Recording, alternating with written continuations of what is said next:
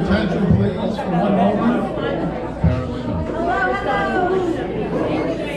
Can you hear me now? There you go. All right, thank you. Thank you. Cristina and I have decided we're not going to sing. I think it would take a couple beers before I did that. So, but we do want to, first of all, this is volunteer appreciation event. So my main role here is to say thank you for all that you do. We do so many great things, and it's because of you. So thank you. Christina and I have talked about this before. She's been doing it slightly longer than me, but it's hard to come up with new material. You hear the same stuff all the time, and I don't want to keep repeating the same things to the same people. So I got a quote. And this quote is from Benjamin Franklin, and it says, "When you are good to others, you are best to yourself." So you folks are definitely good to others, and that makes you guys best to yourselves. So along that theme, there are some benefits to volunteering. So you could actually say, in a kind of a backhanded way, that AARP is doing us all a favor by allowing us to volunteer. So here are the top 7. You make a positive difference in people's lives, obviously. That's a good thing. It improves self-esteem and self-confidence. It combats depression. So volunteering is good for us. It helps you stay physically healthy. You gain invaluable experience. You receive high-quality training and learn new skills. And number 7, you use existing skills and knowledge to benefit others.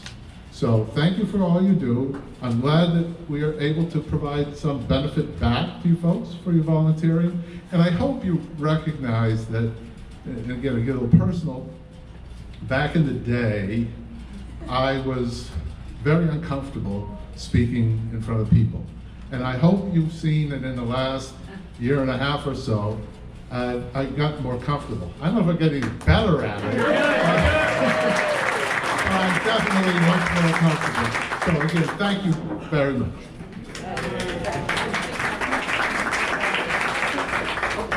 So thank you, Pat. Pat, our volunteer state president, who is at the office maybe a little more than some of the staff, I should say. I'm just kidding. But Pat does a wonderful job at representing all of you at a lot of our staff.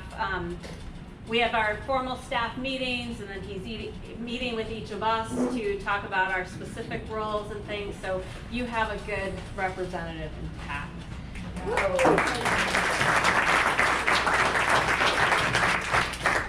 I really am sorry to staff. I didn't impugn your.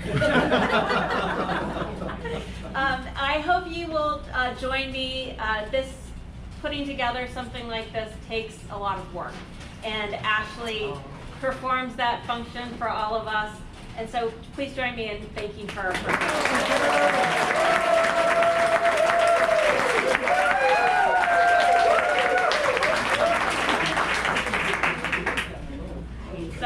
So I also would like to thank you for all that you do.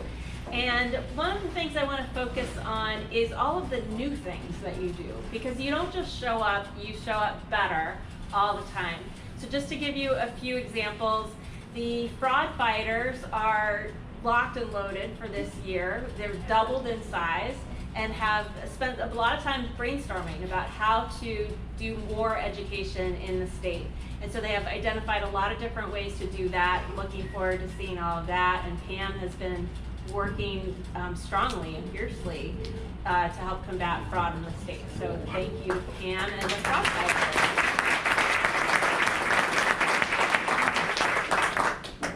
The Speakers Bureau is taking on some new presentations this year to add to the 20 or 30 they already do. So there are, and that's not an exaggeration. How many, Pam, are there? Probably 20 now. 20, okay. presentations, yeah. 20 presentations. They've added 3 new ones from the older adults technology services, all focused on digital literacy and helping people learn how to use their devices, how to stay safe online, and things like that. So we have a big cadre of Speakers Bureau volunteers now, so we can reach more parts of the state. So thank you, Speakers Bureau.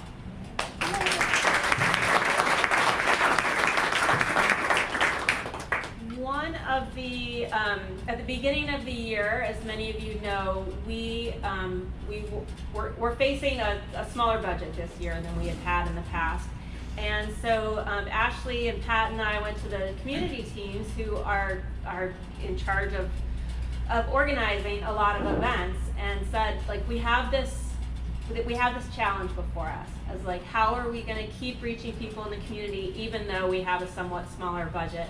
And so the creativity of the community groups has really been we've really seen that. So we've had 2 new events this year, one the maple syrup tasting and another one at the Athenaeum in Portsmouth, both of which were free for us and both of which generated a lot of interest. So that's an example of the kind of creativity the volunteers bring and just help us do so much more. So thank you, community planning teams.